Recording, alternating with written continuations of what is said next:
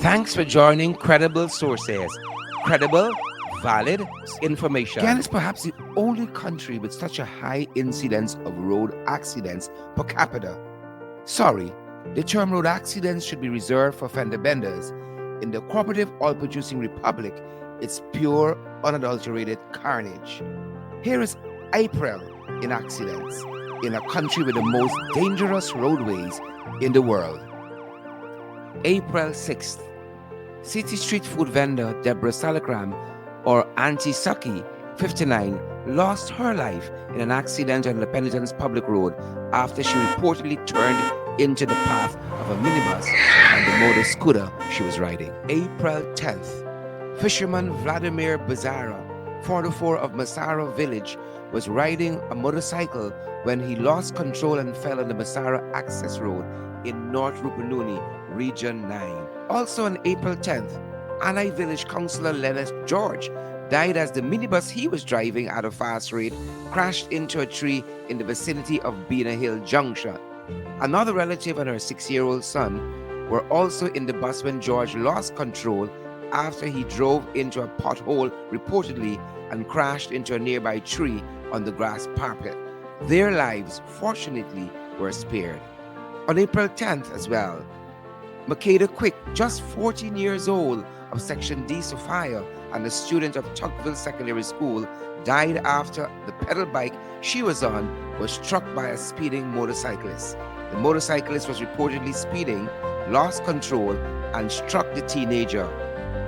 The motorcyclist was lying on the motorcycle in stunts mode at the time.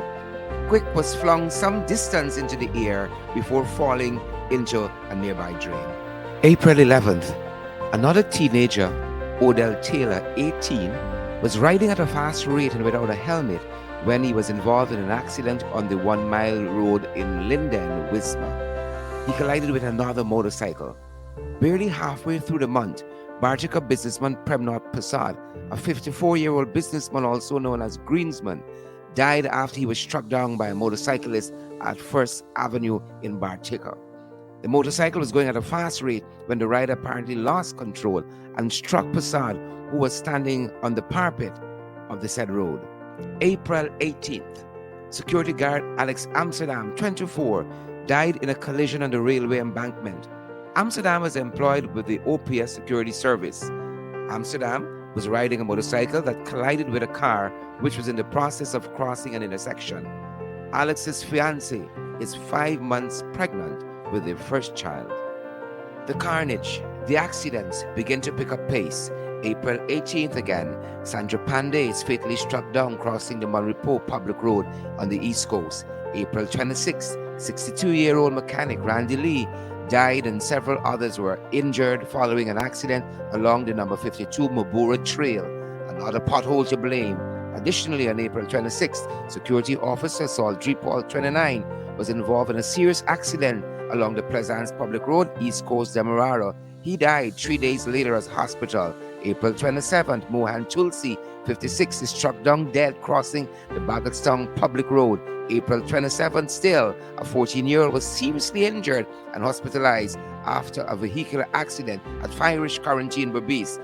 The 14-year-old was driving. April 28th, a cyclist, Henchan Basdio, 29, collided with a car along the Enmore Access Road on the East Coast. He succumbed at the Georgetown Public Hospital.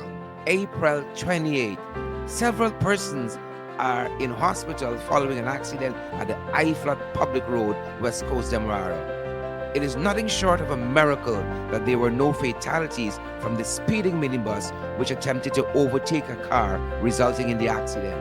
The bus was reportedly driven by a 37-year-old Troy Den Carrington. And then there were scenes like this, where a driver lost control on the Linden-Suicide Highway and ran off the road. We all have a responsibility to exercise the 5 C's when using the roadways: care, caution, consideration, common sense, and courtesy, and arrive alive. Arrive alive. Thanks for joining Credible Sources. Just the facts.